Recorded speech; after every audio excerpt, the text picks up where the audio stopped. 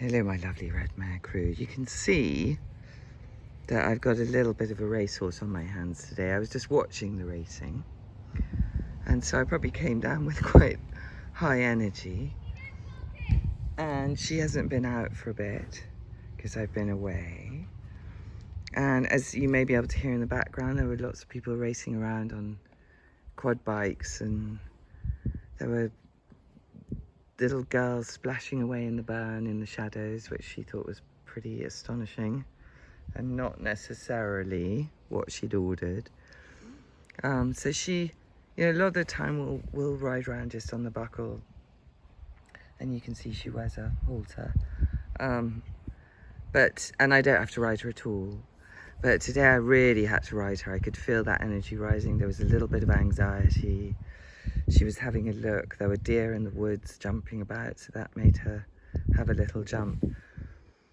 And I had to just sit really lovely and deep.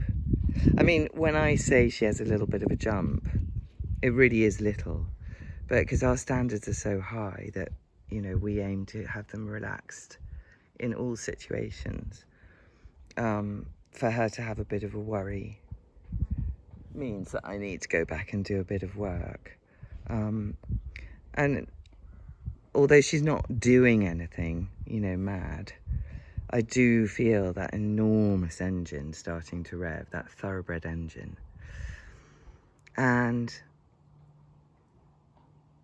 one of the things I'm most grateful for is that we have installed the bring yourself down pathway, pretty much literally in her brain. So she now doesn't spiral up. Once she gets worried by something, she doesn't spiral up into an adrenaline spike and stay there. She can bring herself down, and I help her. So she can be worried and then think her way through the worry rather than going into reactive fight or flight mode. And it just reminds me that, however incredible the relationship is, they are still horses, they are prey animals, they are flight animals. So if you've got that bringing themselves down pathway installed, that just makes all the difference to your riding life. Doesn't mean they'll never be frightened by something. Doesn't mean that they won't be a bit rusty when they haven't seen the world for a bit. Doesn't mean that the energy doesn't rise, but it can then come down. She can let it go. So I feel really pleased about that. In the old days, I'd have felt bad because I'd have thought she shouldn't be worried by anything. But I've learnt now that's not how it works, and especially with one as sensitive as this one. So I choose not to think about the little jump and the moment of very high energy, but to think about how brilliantly she came down again so that we can end up like this in the Standing Still Olympics after quite a hectic ride. The whole village seemed to be out, and visitors and all kinds of things. So everything was very unexpected, very random, very unpredictable, which horses don't like. And she dealt with all of it. So I'm very proud of her. Yes, I am.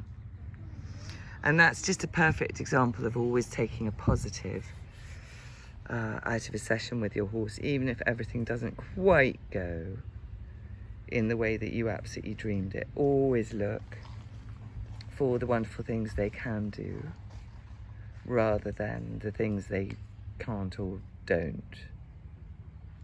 And then you've always got something to build on, and you end your ride on a really happy note, don't you? Yes, good girl. Yes.